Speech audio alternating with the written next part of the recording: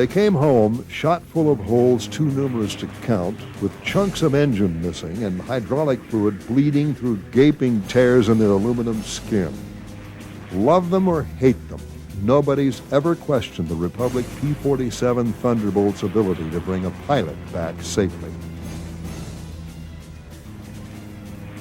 It absorbed, as I said, a tremendous amount of damage and would still fly. The inline engine wouldn't absorb anything. The radial engine, you know, we had cases of people losing several cylinders and still coming back. They would really take, like I said, really take a beating from being shot up or anything more than any other aircraft. They were really a tough bird. There was one case when was waiting for takeoff and a plane came in and landed and it had been hit in the engine and one piston was flipping up and down in the air and the other piston was gone and the plane flew in and landed and the guy pulled off the runway. He didn't taxi it and he got out. 47 was a great airplane for that. It absorbed tremendous damage and would still fly. The group commander took it through a tree. Literally, the aircraft went through, the tree was the loser, and the wings didn't come off, but he just forgot what he was flying and what altitude he was at and went through a pretty large tree. Lots of damage, structural damage on the wings, but the aircraft came home.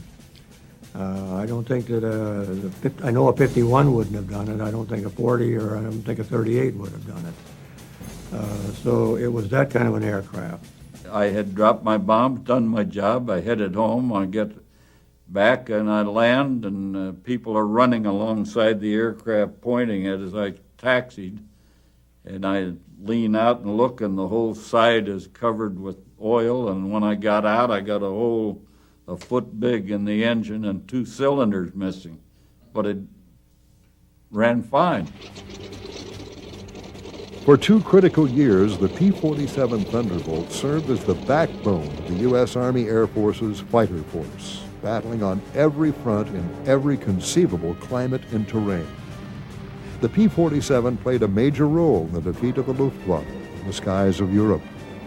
Yet since the end of World War II, the P-47 has been overshadowed by the fame and glamour of the Lockheed P-38 and North American P-51 Mustang. I think it's comparing a racehorse to a plow horse. The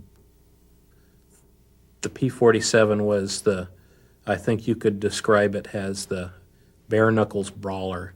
It wasn't the sleek thoroughbred as the Spitfire. It wasn't the graceful, pre-war design of the P-38 that was like the Buck Rogers fighter plane of World War II. I mean, the P-38 was what everybody dreamed of. The Thunderbolt, I think, what endeared itself most of all to the pilots was the fact that it had tremendous firepower. It could carry a huge load for ground support, which is exactly what it was best at, I think. And it could take incredible amounts of battle damage. I mean, you've seen pictures of airplanes that have hit trees. They've got cylinders knocked off the engines. The cowling's gone.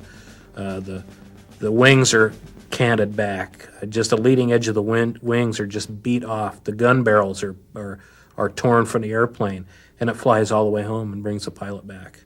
I think that is the greatest quality of the airplane.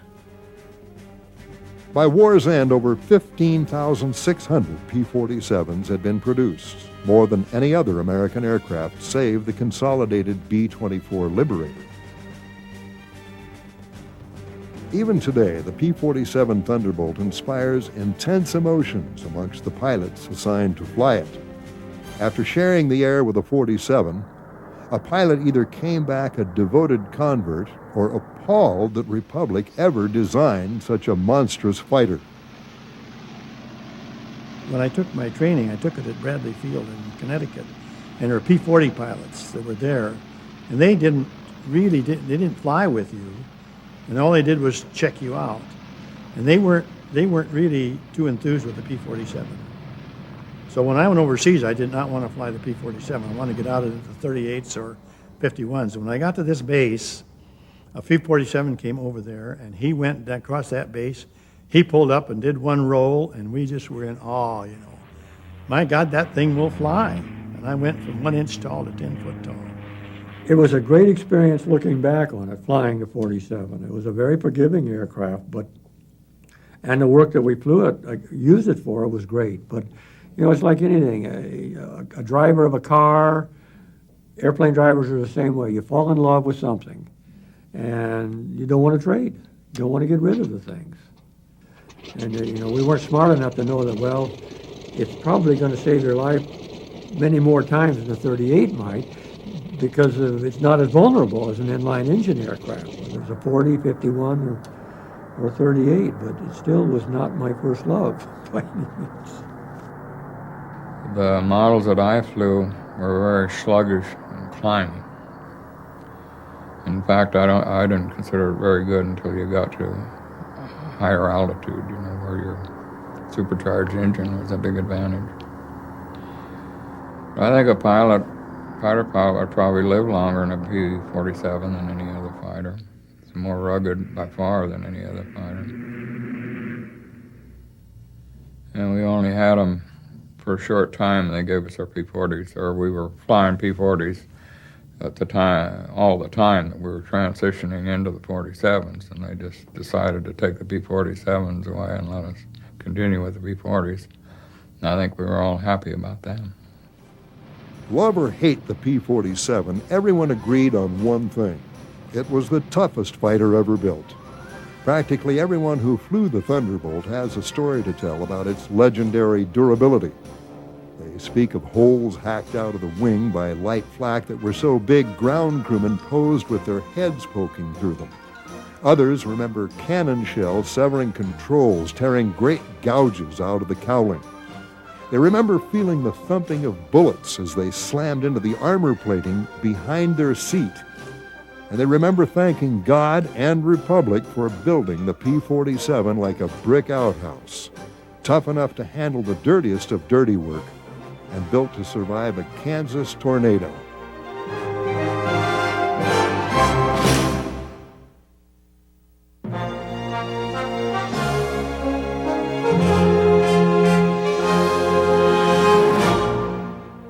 The P-47 owes its genesis to a Russian emigre-turned-aircraft designer named Alexander de Seversky.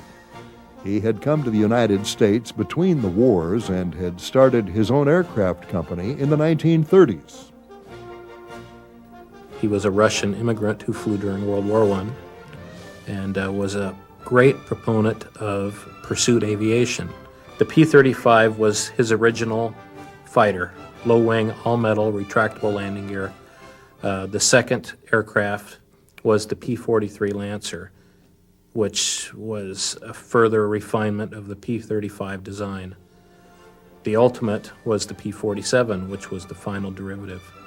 Just before World War II, Seversky Aviation became Republic Aviation, and the same design team that worked on the P-35 went with Republic and began working on their first major project, which was the P-43 Lancer. And you can see a real clear lineage in the development of the P-47 based on these three designs. The P-35, the P-43, the P-47 all share common characteristics and resemble each other.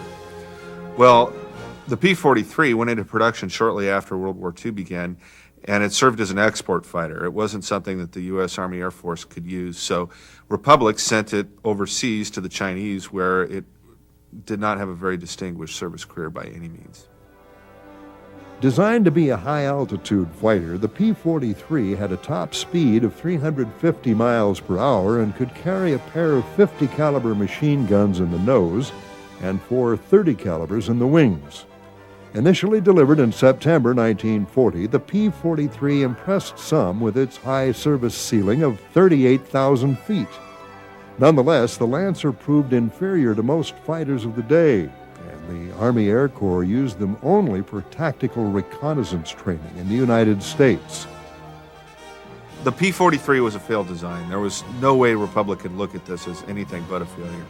And here they were in the middle of wartime America. They needed to be able to come up with a design that would be effective, not just from a cost standpoint and a contract standpoint, but also they were interested in building a war-winning aircraft. And they chose to go the evolutionary route. So they studied their design. They studied the failure. They examined the reasons why.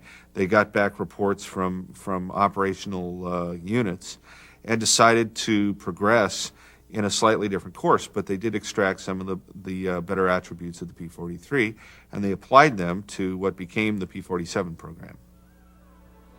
In 1939, the Army Air Force issued a request for a high-altitude fighter that could use the new turbosupercharger that Boeing had developed for the B-17 heavy bomber.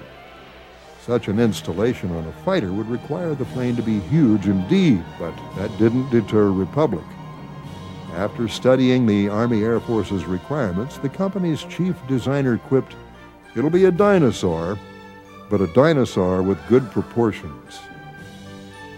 Because of the Army's specifications on this new fighter, Republic chose to design the P-47 around two main features. The first was a brand new engine called the Pratt & Whitney R2800, which was an 18-cylinder radial engine. It was just monstrous, and it provided 2,000 horsepower, which was far more than most any other engine of its day. So it was a very revolutionary engine. The other thing that they needed to design around was the fact that the turbo supercharger took up a lot of space. So the reason why the fuselage for the P-47 is so deep is because of the fact that the engine was so enormous to begin with, and the ductwork and all the accoutrements for the turbo supercharger required a massive amount of space. Dubbed the XP-47B, the new fighter possessed enormous gait. As it sat on its wide, long landing gear, it reminded some of a giant milk jug on wheels. As a result, throughout the war, pilots and ground crew rarely referred to the P-47 as anything other than the jug. In June of 1940, this is a year and a half before the war starts, the U.S. Army Air Corps places an order for 773 P-47s with Republic. And this $56 million contract is really a rich plum for Republic to get. But it represents quite a risk on the part of the Air Corps with the slender resources that are available at the time. Not only was it risky, but it was a leap of faith that Republic could actually deliver. At the same time, the fact that they did this a year before the prototype flew was also symptomatic of a larger problem, which was there were so few combat-capable aircraft, especially fighter designs, being conceived of and built in the United States at the time, that the Air Force had to take the risk. There really wasn't very many other options. Republic's early test flights of the prototype revealed tremendous potential and more than justified the Army's leap of faith. Though it weighed over 5 tons, the XP-47 could reach speeds over 400 miles per hour.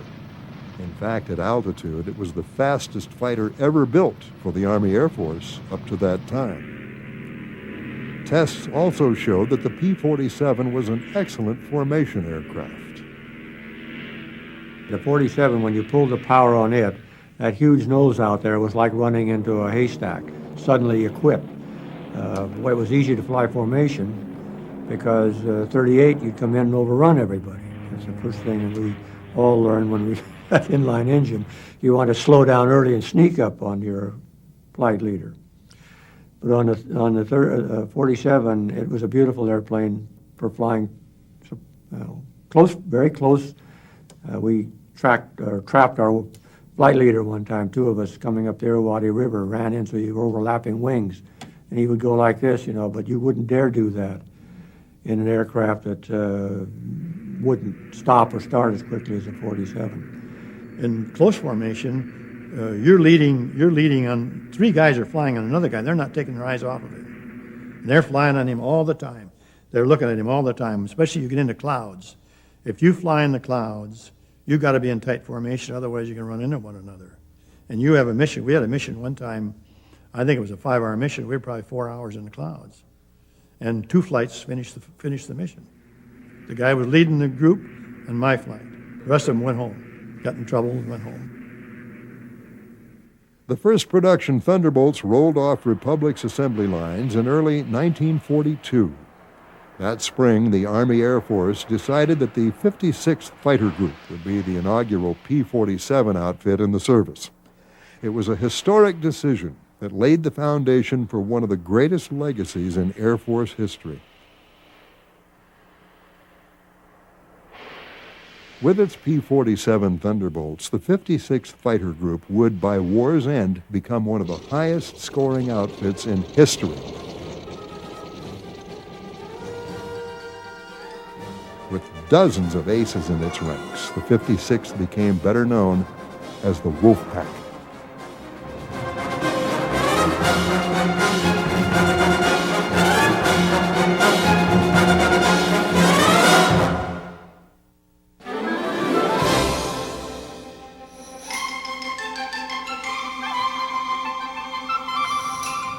In the spring of 1942, the recently formed 56th Fighter Group that had been training with a motley collection of P-40s, P-39s, and AT-6s was given the first production batch of Thunderbolts.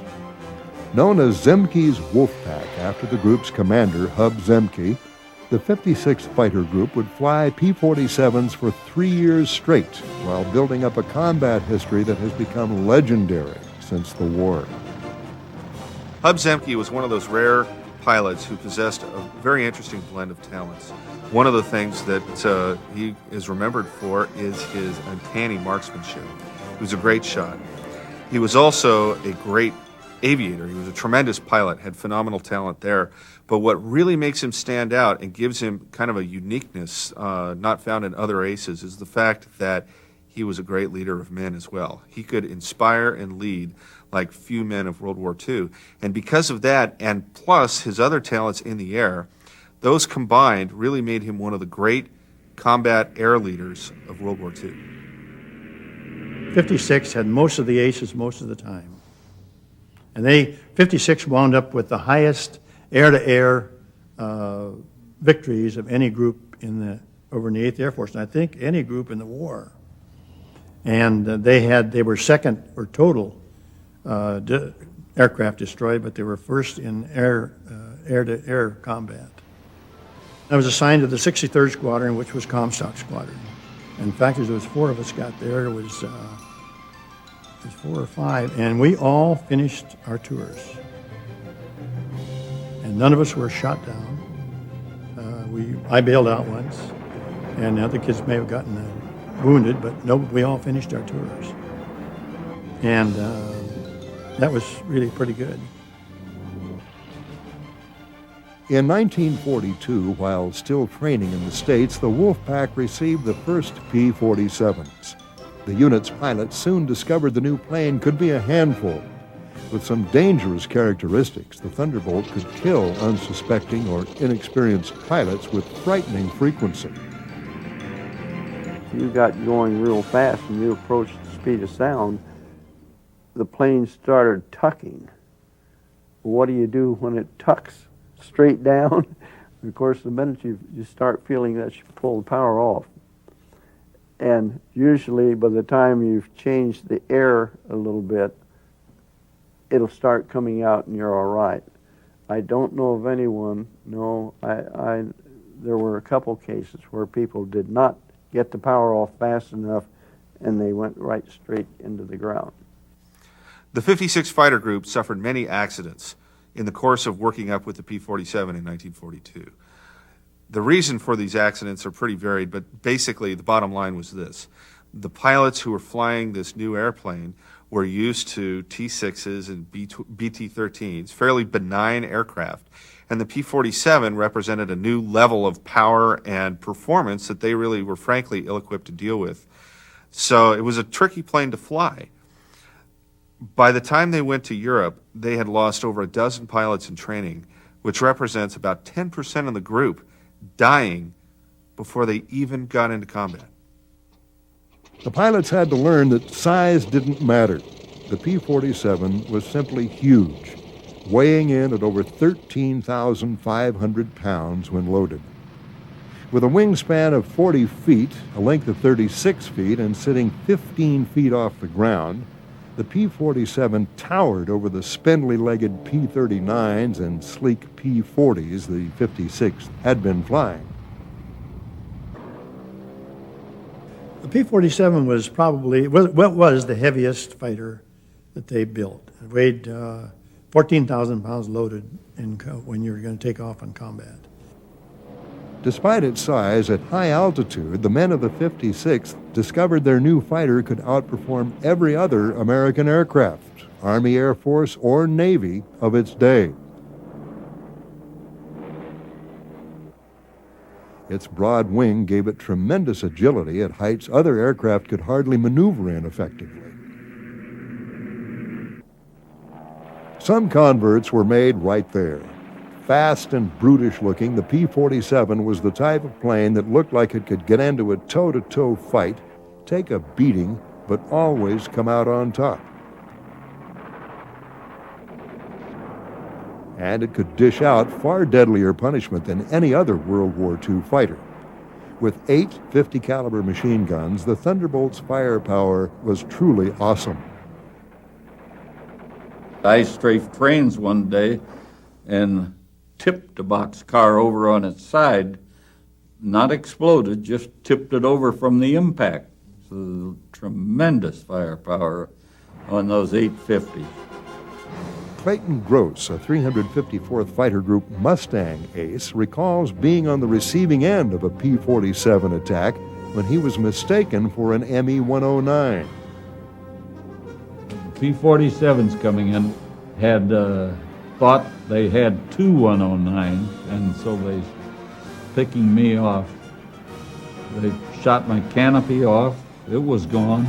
My plane did a snap roll, was involuntary, and so I was still alive, so I did a spin. I went into a spin.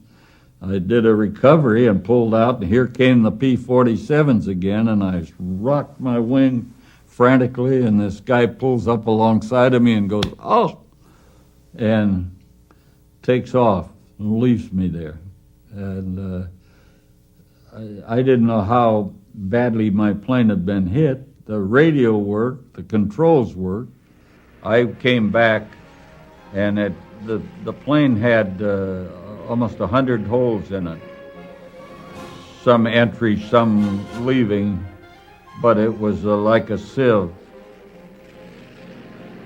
With terrific firepower, excellent high-altitude performance, and an airframe built to withstand massive amounts of damage, the men of the 56th Fighter Group gradually grew to love their P-47 Thunderbolts. By the time the group deployed to England to join the 8th Air Force in early 1943, its pilots were some of the fiercest P-47 advocates in the Army Air Force.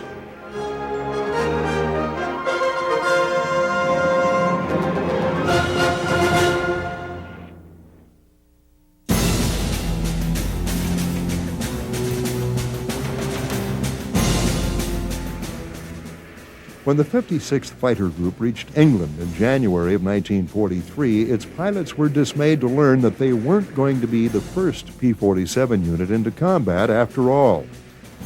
As it turned out, the 4th Fighter Group beat them to the punch. Formed from the famous Eagle Squadron the previous year, the 4th Fighter Group converted to Thunderbolts just a few days before the 56th arrived in England. And here, the love-hate relationship that characterized a pilot's relationship with the P-47 began. The men of Don Blakesley's 4th Fighter Group had been used to light and nimble Spitfires. None of them wanted to part with their Spits, especially not for something as huge and ungainly as the Thunderbolt. As much as the 56th Fighter Group loved their P-47s, the 4th despised theirs. The first combat missions flown by P-47s took place in the spring of 1943. The 8th Air Force had several Thunderbolt groups by then, and the units began flying sweeps over France to get acquainted with air combat. These early P-47 operations in the fighter sweeps over France were plagued by several difficulties. First of all, this was a new aircraft. It had its fair share of mechanical problems that had to be worked out. Secondly, the American pilots were simply green and inexperienced at this point in the war. And lastly, and probably most significantly, they were up against some of the best German fighter pilots at the time, and therefore some of the best in the world. And they were flying FW-190As and Messerschmitt 109Gs, some of the best fighter aircraft in the world at the time. Then on April 15th, tax day, Uncle Sam finally received payback for all the money invested in the P-47.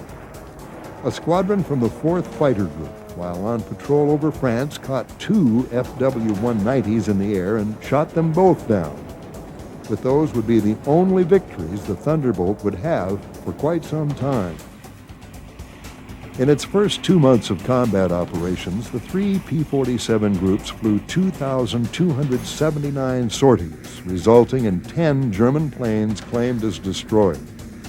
In return, 18 47s had been lost, both to enemy fire and by catastrophic engine failure. And the 56th, which had been the biggest supporter of the Thunderbolt, had yet to get its first victory. Finally, on June 12, 1943, the 56th Fighter Group shot down its first plane, an FW-190. That seemed to break the group's bad luck, for on the 13th, pilots from the 56th surprised a formation of FW-190s and blasted 3 of them from the sky without a loss. From then on, the 56th went on a rampage, more than earning the nickname the Wolfpack. I had a 109, got a 109 I think in December. We'd chased him from altitude on down, and we were really moving going down. And so I just stayed with him, and then he went into the clouds, so I pulled back up because I knew I'd overrun him. And sure, up there he came out of the clouds, and I went back down on him again and got on him and hit him right in the right wing, and he started smoking and went on crashed into the trees. So I don't know whether I killed the pilot. I didn't see a shoot. The 190 I got, the guy bailed out. And the Hinkle 111, I don't know I don't think anybody bailed out of that. I didn't see anybody. I think we'd been escorting, and then if we had a little bit of gas, we might go down and see if we could find up a target of opportunity. And we ran across these guys, about 20 of them. We tangled with them, and we got 15. And one guy chased one guy, but he couldn't catch him. And we were on the deck, working on the deck, and I think we could outfly him on the deck. He couldn't get away from me. I could turn in and keep right with him, and so I just had him going, and he finally decided it was better get out than to get shot down. Toward the end of the summer of 1943, the P-47C was gradually replaced by the D model. Initially, little distinguished the two versions. Prior to the fall of 1943, the P-47, including the D version, had really not proven itself to be effective as an escort fighter for the 8th Air Force. And the major problem was that they had this fuel-guzzling engine, and it limited their range so that they were unable to provide cover for the bombers into the main targets inside Germany. And this problem really isn't resolved until the P-47 D-15 model arrives in England.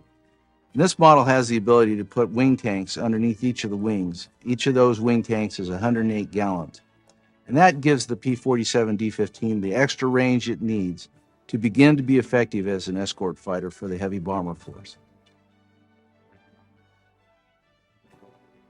The Thunderbolt now had almost twice the amount of fuel of earlier versions. P-47s soon appeared over Germany, within 150 miles of Berlin, wreaking havoc wherever they went. By the spring of 1944, the Thunderbolt had come into its own as a high-altitude escort fighter. Yet just as it reached its zenith, it was eclipsed by the longer-legged P-51 Mustang.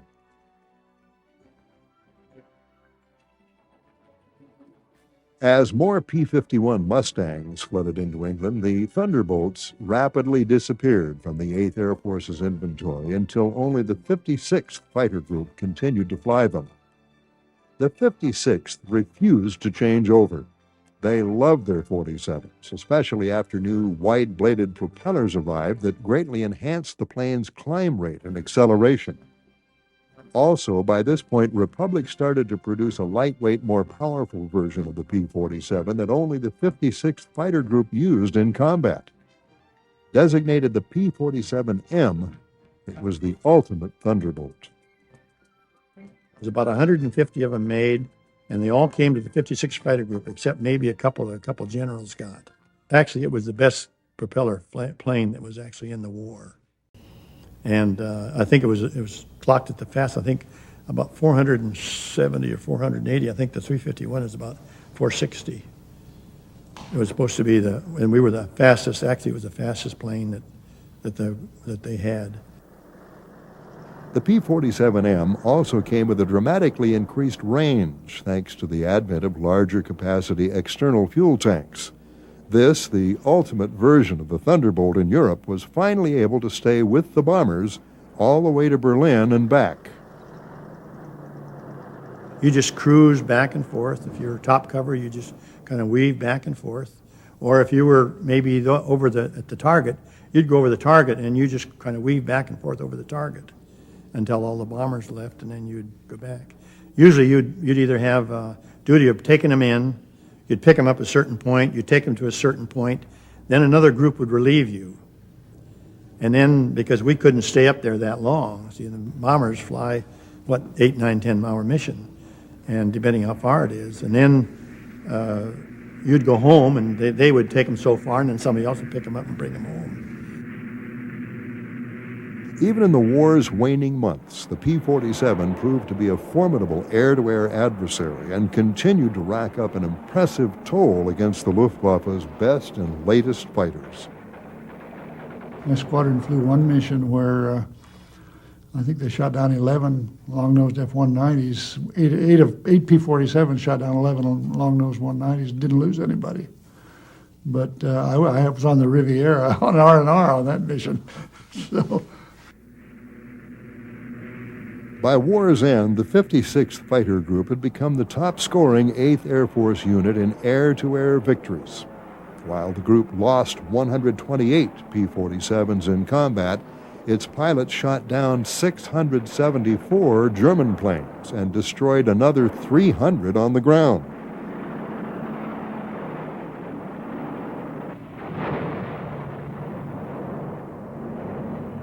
With almost 1,000 planes to its credit, the Wolfpack had more than proven that when used right, the P-47 could be a terror to all its foes.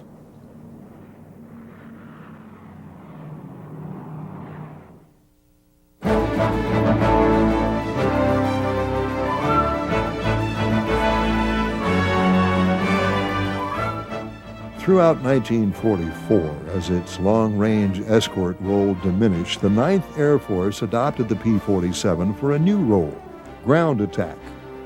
Never designed for low-altitude work, pilots weren't sure how the Thunderbolt would function down on the treetops, shooting up German targets on the ground. Though it didn't perform as well on the deck as it did at 25,000 feet, the P-47 soon more than proved its worth in its new role. In fact, by war's end, it had compiled a record so remarkable that it easily became the best American fighter bomber of the war. Among its many contributions was as the premier American ground support machine. This was the close air support fighter par excellence in the Normandy campaign. In fact, Saving Private Ryan, I thought was an excellent movie, but at the end where the tank busters arrive and save the day, they're P-51 Mustangs. It would have been, I think, more accurate and more representative of what actually happened to have those be P-47 Thunderbolts doing the ground support mission.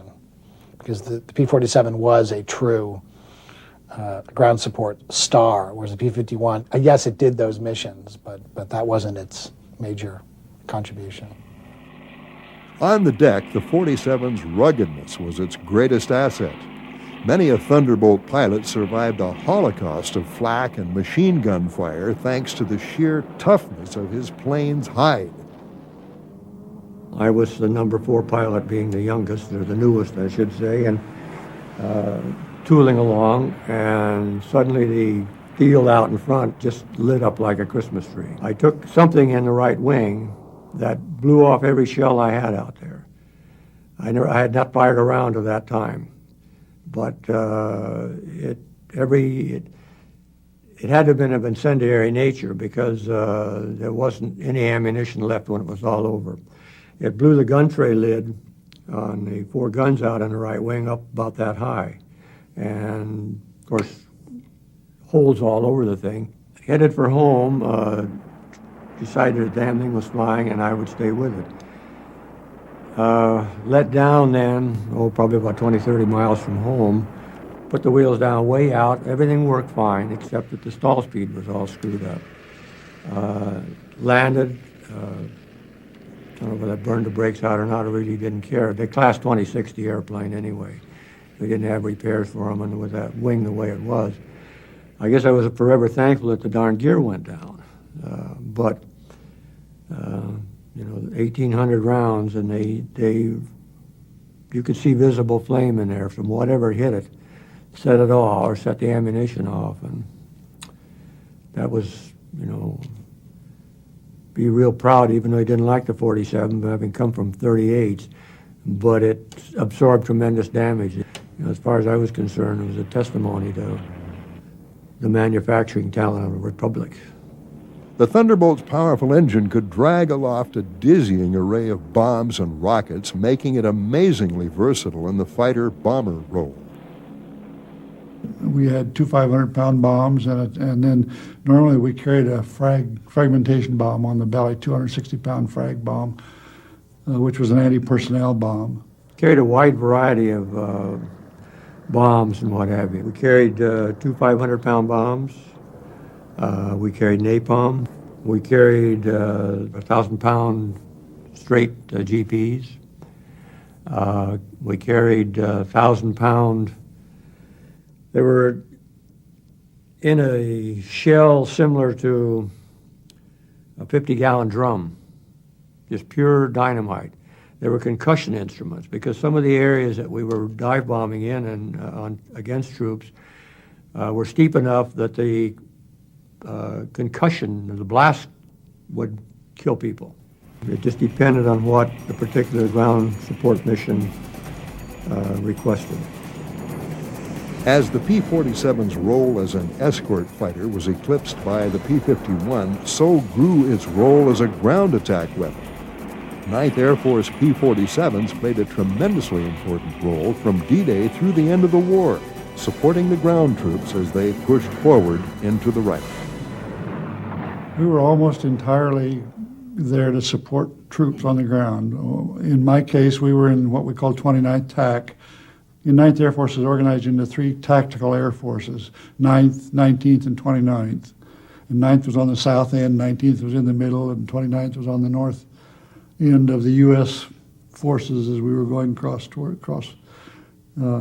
France and Germany. And so we supported the troops that were in 9th Army. From their aerial perches, Thunderbolt pilots searched out any targets of opportunity. We would go out and they'd say armed reconnaissance. And what that meant essentially was if you see anything moving, go shoot, go hit it. Because by that time in the war, the Germans, there were no civilian vehicles moving in Germany. They were all related to the military in some way. Even the horse-drawn and all that was usually carrying ammunition or food or something for the troops. And anything from a single staff car to a convoy of trucks would be a target if it was moving and we were there. Sometimes, while strafing one target, another presented itself. I can recall a mission where we were strafing, there were about 4 or 5 large trucks. They weren't semis, they were big vans on a truck chassis, and just going down the road in convoy, and we were strafing those, and they were coming to an intersection, a 90-degree intersection in the road. And in one corner of that was a woods. And as my flight commander was pulling off the target, he just happened to look down the woods and said, "Hey, that woods is full of airplanes." So next time around, he made a pass on the woods, strafing. And we hadn't had a shot fired at us till then, and then the whole sky lit up. And he got 104 or 5 holes in the squadron commander's airplane in the process. Lost a cylinder off his engine, and I lost his radio. I was flying his wing. He hollered at us, "Don't come in," and none of the rest of us did. So he's the only one that got hit. But he got it home with 104 holes in the airplane and one cylinder missing off the engine, and so on. And the next day they went back out and bombed the airfield itself and knocked it out. Tanks were prime targets for the roving bands of Thunderbolt pilots. During the Battle of the Bulge, the P-47 squadrons helped blunt the German attack on those few days when the weather cleared enough to get planes aloft. Our target ended up being a row of, I think it was 5, might have been 6 Tiger tanks that were parked in an open field with snow on the ground. So they were probably very visible, parked in an open field. And I think probably because of the fuel situation, the Germans had no fuel. They were out of fuel. And they had parked them there and lined them up and were using them as artillery. But those were our targets. And it's a kind of a story in my group, or in my squadron. I just saw the guy yesterday. Dropped a 500-pound bomb right down the open hatch of a Tiger tank. It just happened to go right in the hatch. During the crossing of the line, the 9th Air Force's P-47s once more played a key role in the overall operation. Thousands of Allied aircraft poured over the Reich's western frontier, suppressing flak batteries, wiping out tanks, trucks, and infantry units with ghastly effectiveness. Yet the Germans, with all their proficiency, were able to strike back with desperate intensity. We went up there with bombs and guns and waited to be hollered at for a target, or something like that. We watched the paratroopers go in, and the Germans actually, when the paratroopers went across, I don't know how high they were, but I would guess 5,000 or 6,000 feet. The Germans actually lowered the 88s, the anti-aircraft 88s, and fired so that the shells broke amongst the parachutes. After the guys were out of the airplane, their chutes were open. And it was pretty bad. I mean, you could just see that. And the gliders came in, they were getting hit too. But, and while we were doing that, waiting for a target to be called, we had a squadron of British Lancasters come overhead and open their bomb bay doors and start dropping bombs just almost through our formation. There was a lot going on. It wasn't all coordinated as well as it could have been. Nobody got hit or hurt, so we were okay. By war's end, Thunderbolt units had destroyed more targets than any other British or American fighter bomber. Tens of thousands of trucks, hundreds of tanks, thousands of aircraft, troops, and tons of supplies went up in flames as a result of marauding P-47 attacks. No other aircraft packed as devastating a punch, and nothing in the air could take the amount of ground fire and get its pilot home as could the beloved P-47 Thunderbolt.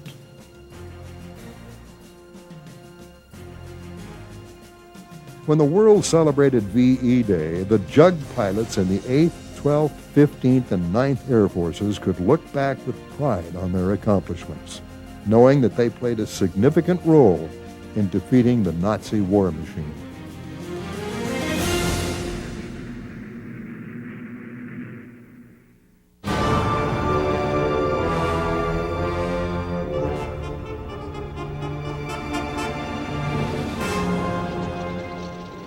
While the P-47 played an integral role in the war in Europe, Thunderbolts had less success in the Pacific theater until very late in the war. The major thing that stymied the 47's operational use against the Japanese was its massive fuel consumption. What really shook us up when we were getting P-47s in New Guinea was the way that thing consumed gasoline. Fuel consumption was enormous, compared to a P-40. The P-47 represented a lot of challenges to the guys in the 5th Air Force, one of which was the fact that it consumed fuel at such a rapid rate. But when the 348th Fighter Group arrived in the Southwest Pacific, its commanding officer, Neil Kirby, became one of the advocates for the Thunderbolt. And he went all over to different fighter units in the 5th Air Force to try to convince, he was almost evangelical about it, to try to convince the other fighter leaders that this was a terrific aircraft type. He was met by stiff resistance, but eventually there were several Thunderbolt groups that were deployed into the Southwest Pacific, and they gradually figured out ways to work around the fuel consumption issues. Half a world away, Claire Chennault's 14th Air Force in China was offered the P-47. Chennault, with his crippling fuel shortage, was not impressed. They took the 47, they ferried them across to China. And when Chennault found out the kind of fuel consumption the 47 had, he kicked them out of there in one big hurry. Just couldn't afford that kind of a drain on his limited fuel supplies. Though the P-47 never saw widespread use in China, it turned out to be an excellent fighter bomber for Burma.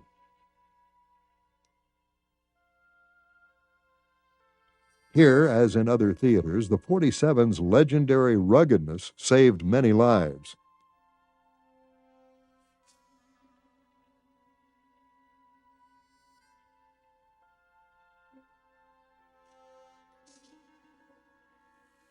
Meanwhile, as the front moved closer to Japan in the Central Pacific, the P-47 squadrons of the 7th Air Force were in the vanguard of the advance. When the Marines and Army landed in the Marianas Islands in June of 1944, the P-47s of the 318th Fighter Group were operating from the island within just a few days after the invasion of Saipan. Getting to Saipan, however, proved to be a great challenge. Unable to ferry them in from any forward Central Pacific air bases, the 7th Air Force resorted to putting the 318th P-47s on escort carriers. The baby flat tops sailed to the Marianas, laden with the ungainly Thunderbolts. Once off of Saipan, the men of the 318th climbed into their P-47s and catapulted off the narrow carrier decks. Miraculously, not a single P-47 was lost during the operation, and the 318th was soon operating in support of the ground troops from Isley Field on Saipan.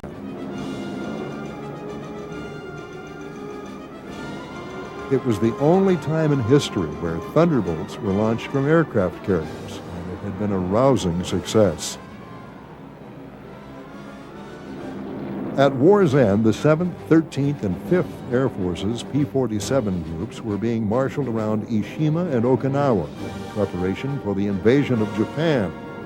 Flying ground attack, combat air patrol, and long-range escort missions right up to the Japanese surrender, the Pacific Thunderbolts gave a solid, if unspectacular, account of themselves.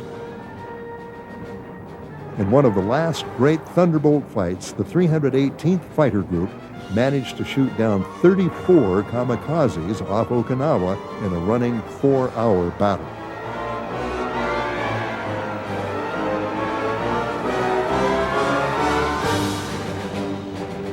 The last major production variant of the P-47 was the N model, and about 1,800 were built, and Republic Aviation had designed them specifically to overcome the vast distances involved in the Pacific War. The P-47N had a much greater internal fuel capacity, and they were capable of escorting B-29s all the way to Japan and back from bases on Iwo Jima and Okinawa. When Japan finally surrendered in August of 1945, the Thunderbolt had become the most heavily produced American fighter of its generation, with over 15,000 being produced.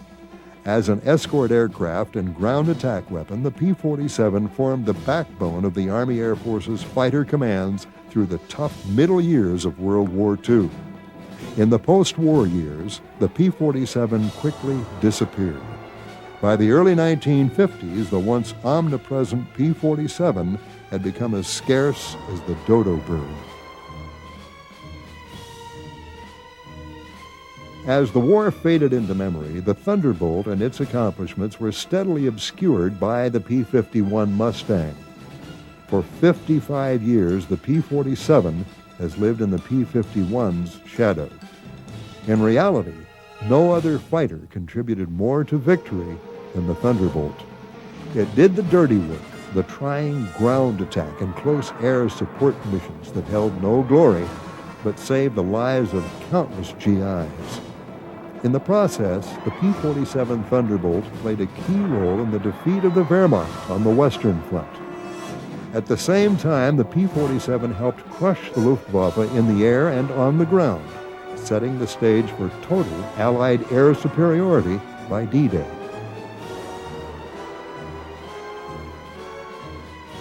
A workhorse, loved by some, despised by others, the P-47 ranks as one of the greatest aerial weapons of World War II.